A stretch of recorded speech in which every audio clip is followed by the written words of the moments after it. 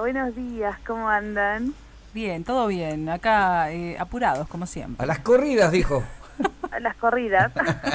Pero con Está ganas, muy bien. pero con ganas de charlar. Dimos un anticipo. Sí, de lo que íbamos a charlar hoy, que tiene que ver un poco con el tema que tocamos la semana anterior. Y habíamos dejado ahí entrever un poco qué es el TOC, queremos saber. Bueno, buenísimo. Es un tema que a mí realmente me apasiona. El TOC, la sigla significa trastorno obsesivo compulsivo. Para poder, digamos, acercar un poco el concepto, tiene que ver cuando las personas sienten, experimentan algunos pensamientos, pueden ser en pensamientos o en imágenes que no se nos van de la cabeza. Estos pensamientos no los deseamos ni podemos controlarlos tampoco, entonces las personas que experimentan estas imágenes indeseables siempre tienden a tratar de evitarlas, ¿no? Como para expresarles lo que son las compulsiones y las obsesiones.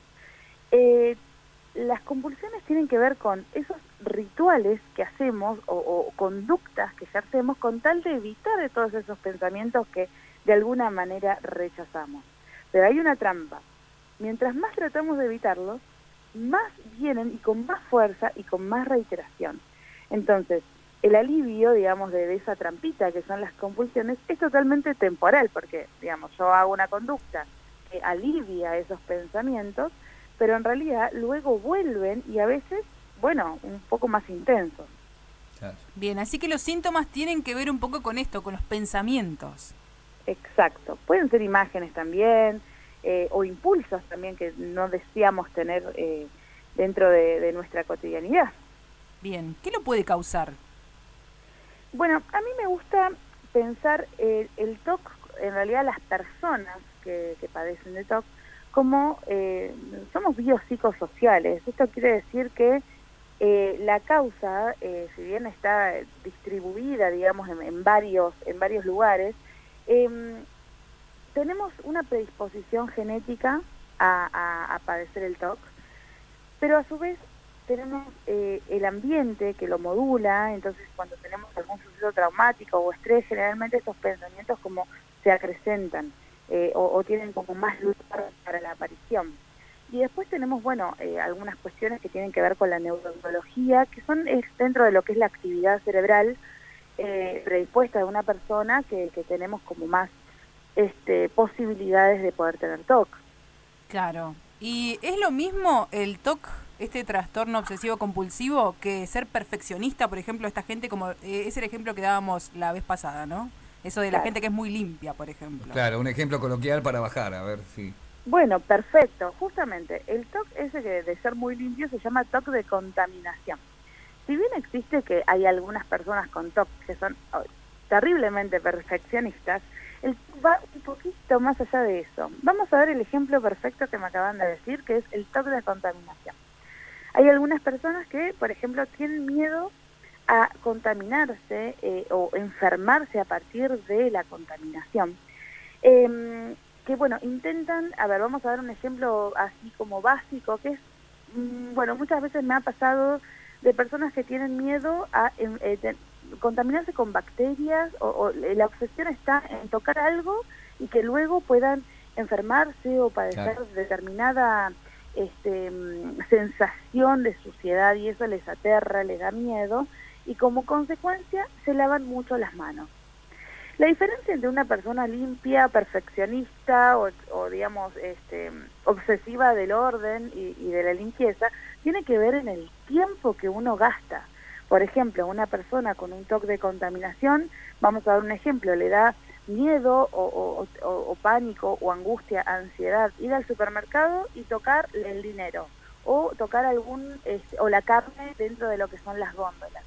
Como consecuencia, se lavan las manos, la compulsión debe ser el lavado de manos. En este caso, por ejemplo, hay muchas personas que de tanto lavarse se lastiman o se generan ampollos en las manos, o bien, por ejemplo, tienen un evento a las 8 de la tarde, pero como tocaron la carne a las 6, se empezaron a lavar hasta las 8 y se perdieron el evento. Entonces la diferencia entre una persona perfeccionista y alguien que tiene TOC es la compulsión de lavarse las manos hasta creer que ya están limpios, pero en eso implica perderse un montón de planes, implica que se modifiquen sus relaciones sociales, implica también que puedan estar pensando que si la otra persona tocó la carne, entonces ellos tampoco pueden tocar a esa persona. Entonces, es, digamos, un poquito más allá de lo que es el perfeccionismo en sí. Bien, esto por supuesto que tiene tratamiento también, ¿no? Sí, tiene un tratamiento que por suerte, digamos, gracias a lo que es la investigación científica, tiene que ver con el tratamiento, digamos, de la terapia cognitiva conductual, como hablábamos la otra vez. Acá hay dos técnicas que son básicas. Una es la exposición con prevención de respuesta. Y esto es un método excelente que se ha desarrollado, que es poder exponerse gradualmente a todas esas situaciones de ansiedad que lo limitan, pero gradualmente, siempre como en equipo con el paciente y diagramando de qué manera nos vamos a acercar. Y prevenir la respuesta tiene que ver con enseñarle al paciente que por más que realice digamos, la evitación, que vendría a ser la compulsión, el ritual, por ejemplo, lavarse las manos, la ansiedad puede disminuirse por sí sola y enseñarle a nuestro cerebro que aquello que tanto le tenemos miedo, en realidad es un pensamiento y no un hecho real. Entonces la ansiedad disminuye gradualmente y de forma natural, sin la necesidad de hacer el ritual o la compulsión. Una vez que el cerebro puede comprender que esa situación en realidad no es una amenaza, va a ir educándose, digamos, gracias a nuestra plasticidad y a nuestras redes neuronales, vamos a poder comprender que esa situación amenazante en realidad es una mala interpretación y que están, digamos, están seguras, están a salvo. Claro, ¿y los TOC en sí te pueden, esto te puede pasar, te puede afectar a cualquier edad?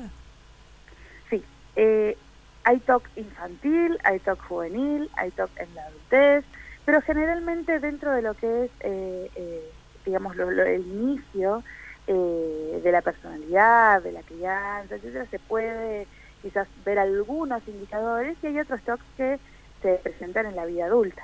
Por ejemplo, ¿con qué te has encontrado vos como profesional? Que por ahí nosotros, el común denominador de la gente, no llega a comprender que eso se puede transformar o es un TOC. Bueno, por ejemplo, la contaminación quizás es el más difundido, el más conocido, pero hay algunos que son, digamos, TOCs que son bastante comunes. Lo que pasa es que quizás no nos enteramos dentro de lo que es lo social, de qué se tratan, porque a las personas con TOC les da mucha vergüenza. Entonces eso es algo que hay que vencer y saber, y yo transmito desde acá, que es algo que pueden tener, hay un alto porcentaje inclusive dentro de Argentina de personas que padecen el TOC. Entonces hay que vencer esa barrera y poder consultar e informarse. Uno de los TOCs, por ejemplo, es el tener temor a hacer daño a alguien. Hay muchas personas que vienen a mi consultorio y dicen, tengo miedo de lastimar a alguna persona, tengo miedo de tener un niño a UPA y tirarlo. Claro. Son imágenes, son pensamientos que justamente hacen evitar el contacto social, porque dicen, no, yo no me voy a quedar en mi casa si voy a lastimar a alguien. Pero en realidad eso es una imagen, es un pensamiento, y que después la compulsión vendría a ser, por ejemplo, evitar todos los lugares donde yo tenga proximidad con la gente. Claro. Entonces, hay realmente de varios tipos de TOC que se pueden investigar. De hecho, se pueden hasta buscar en sitios de internet para poder informarse previo a la consulta. Es algo que gracias a la ciencia y a los avances de la tecnología está como muy difundido, y que puedan atravesar esta barrera de la vergüenza para poder consultar y buscar un tratamiento. Y darse cuenta, ¿no? También sabés que hay muchos casos en estos tiempos, más que nada, sucede que a veces la responsabilidad en los laburos, no sé si esto llega a ser un TOC, por eso aprovecho a preguntártelo, le pasa a mucha gente que dedica más horas en el laburo que a su propia vida, sale del trabajo y sigue trabajando, no se puede desconectar y piensa que si esa persona no está, las cosas no van a funcionar, le cuesta delegar. Digo, ¿eso llega con el tiempo a ser un TOC?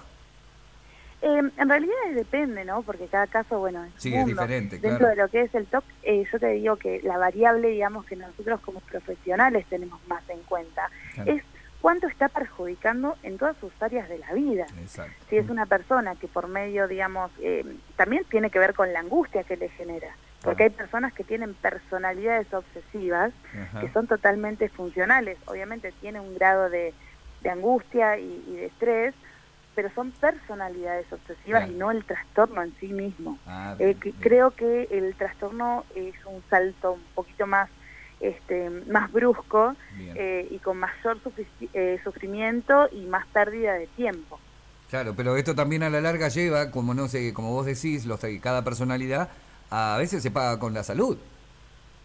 Totalmente, totalmente, y se genera un círculo vicioso si te pones a pensar, Sí. porque si yo estoy evitando algo que me genera angustia, luego eso me genera estrés, y por el estrés tengo más pensamientos intrusivos. Entonces ese círculo vicioso es el que venimos a cortar los terapeutas cognitivos y poder brindarle a la persona quizás hasta un poco más de Claro. libertad en sus conductas. Claro. Totalmente. Y bueno, ahí un poco nos explicabas, ¿no? ¿Qué es lo que puede hacer alguien que cree que tiene un TOC y que, bueno, que ya no lo puede controlar, ¿no? Claro, exactamente. Primero que muchas veces las personas con TOC se dan cuenta de sus familiares, en sus cambios de conducta o en sus rituales obsesivos. Me han tocado muchas personas que, por ejemplo, desarrollan agorafobia, no salen de su casa por miedo a contaminarse, o personas que, por ejemplo, dejaron de hacer limpiezas dentro de la casa porque bloquearon sus cuartos y se quedaron en un lugar donde ellos consideran que únicamente está limpio. Entonces son conductas que son inhabilitantes y lo podemos ver en nuestros familiares, amigos, etcétera, y está bueno conversarlo. Si la persona se da cuenta o cree que puede llegar a tener un trastorno obsesivo compulsivo, como digo, es vencer la barrera de la vergüenza, la intimidación y poder consultar e informarse.